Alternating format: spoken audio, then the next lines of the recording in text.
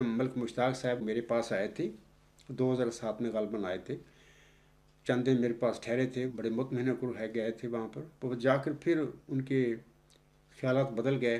कुछ लोगों ने उन लोगों को कुछ और रस्तों पर चला दिया। बहरहाल कि एक लंबे अरसे से मैंने अंजुमन इशाअत इस्लाम लाहौर वाले जो दोस्त हैं उनको मैं मुखातब नहीं करता, क्योंकि मुझे इल्म हो गया था कि ये लोग बहुत संग दिल हैं, ये बहुत पुख्ता हैं अपने अकायद में। ये यानी इस बात पर सोचने के लिए तैयार नहीं कि हो सकता है हमारी कोई गलती हो।